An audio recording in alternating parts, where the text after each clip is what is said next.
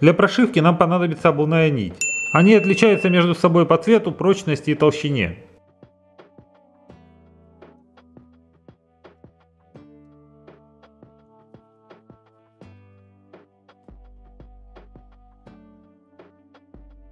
Также нам понадобятся крючки, которые отличаются длиной и толщиной и служат для выполнения различных задач. Я пользуюсь вот таким универсальным набором.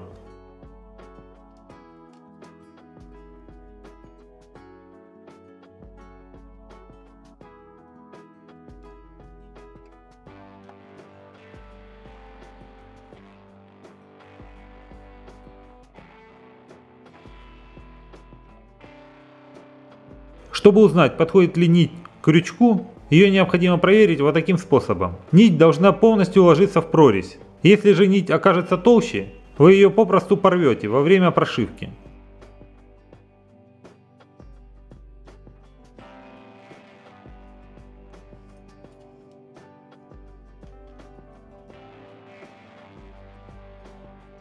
Для прошивки носка необходим длинный и тонкий крючок. Если крючок не будет гнуться, вы сильно намучаетесь, прошивая ботинок или сапог.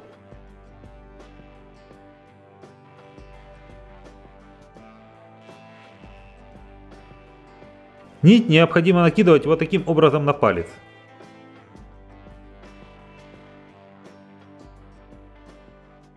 Вы на ощупь должны определить, с какой стороны находится паз, и точно попасть нитью в него, продев крючок между нитью и пальцем.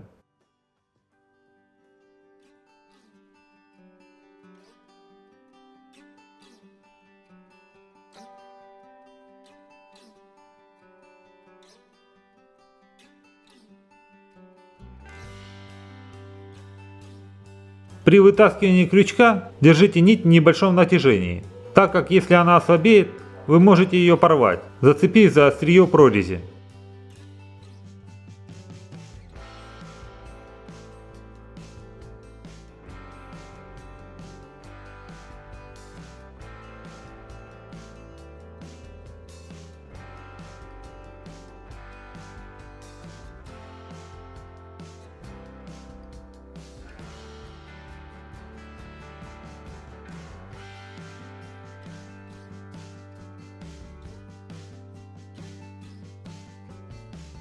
Вот наш пациент. На выход не пойдет, а вот в качестве рабочей обуви еще сгодится.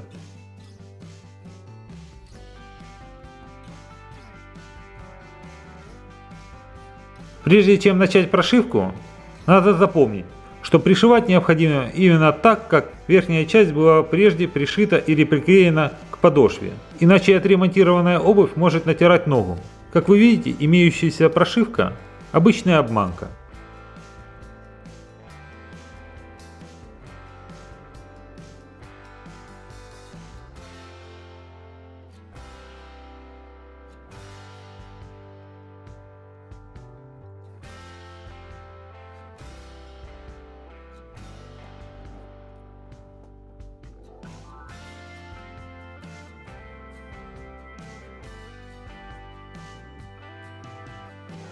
Убираем стельку.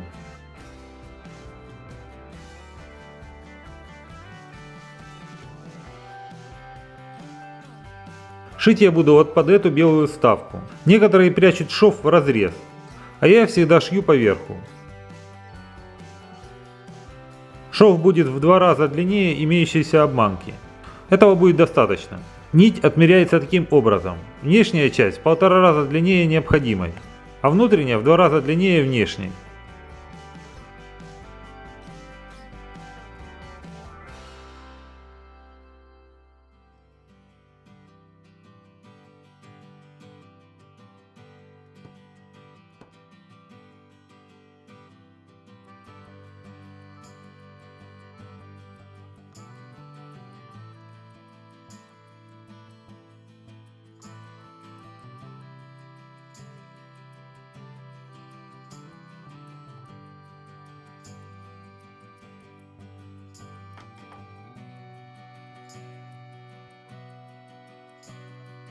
Для меня самый лучший и надежный вариант, как говорится на века, это совмещать прошивку вместе с проклеиванием. В этом случае сгодится любой водостойкий универсальный клей.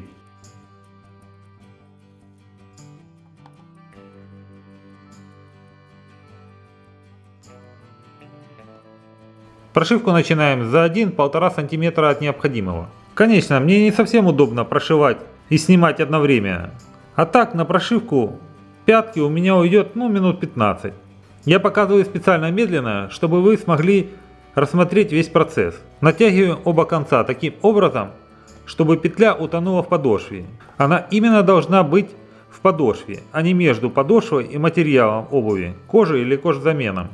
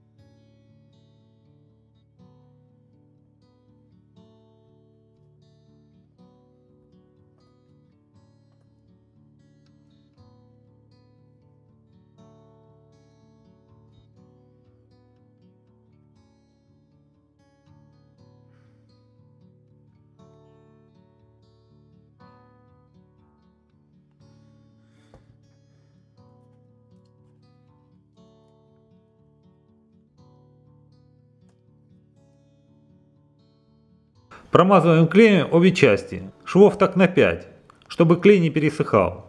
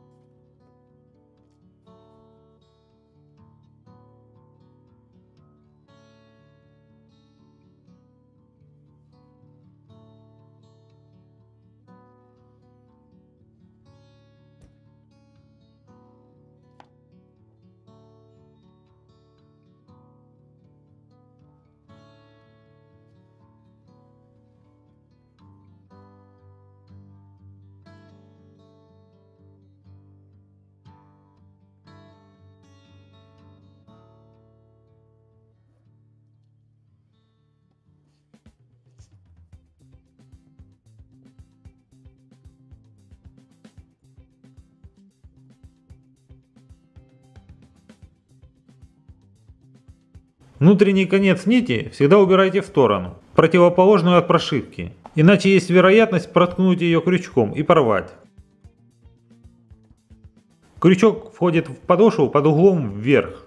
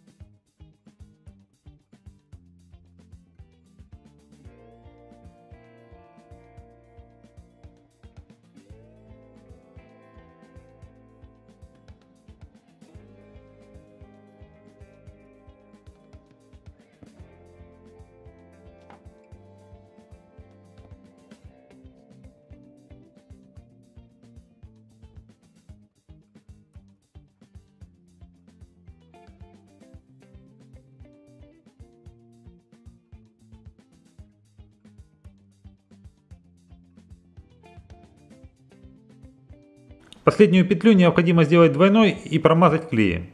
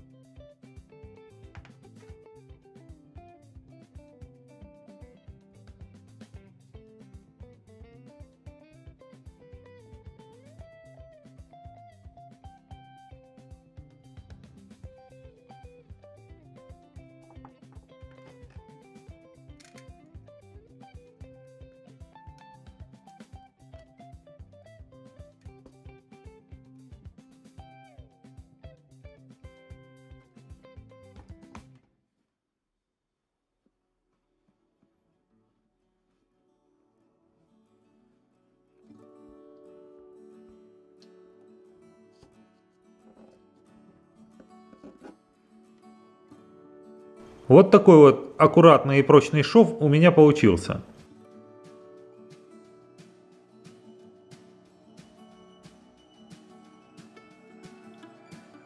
Немного практики, и вы будете настоящими мастерами.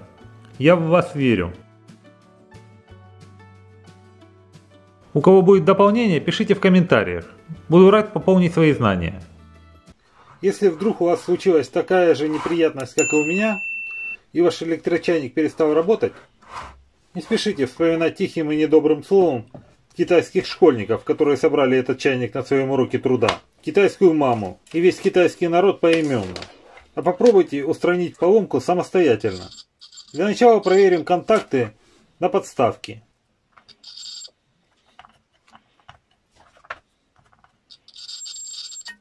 Все пищит. Ну что ж, разберем чайник и поищем причину неполадки внутри.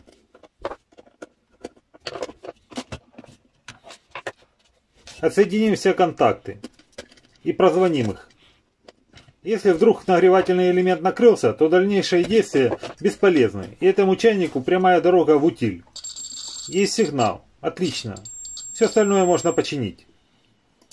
Теперь проверим остальные контакты попеременно.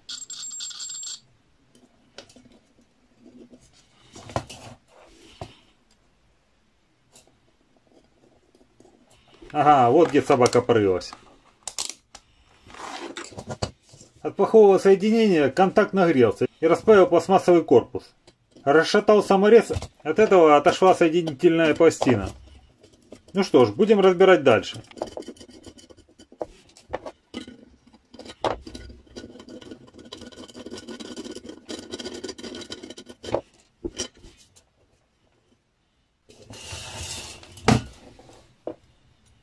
Здесь у нас находится 2 из 3 термопластин, которые выгибаются при воздействии температуры, давя через маленькие штырьки на контакт и отключают чайник.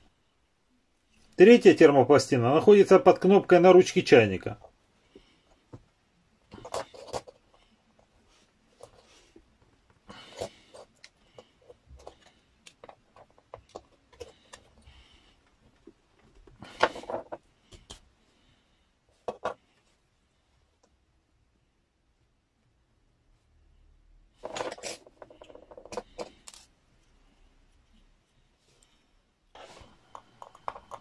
Откручиваем и зачищаем контакты и расплавленное место корпуса.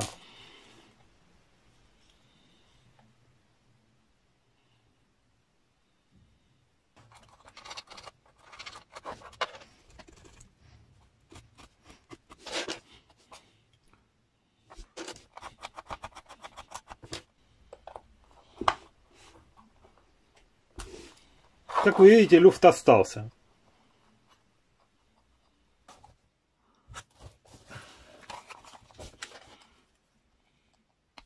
Устраним его, фиксируя контакты суперклеем плюс сода.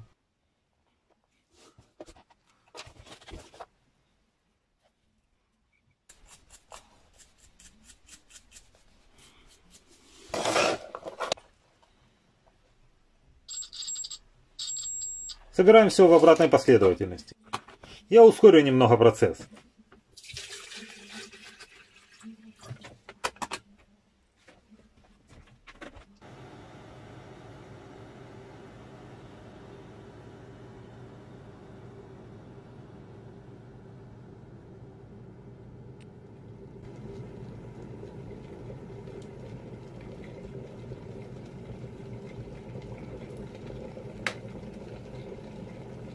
Отлично, кнопка сработала. Все функционирует нормально. Вот так с помощью суперклея и соды можно произвести ремонт электрочайника. Лучшая благодарность автору за его труд — это лайк под этим видео. До новых встреч, друзья. Здоровья вам и вашим близким.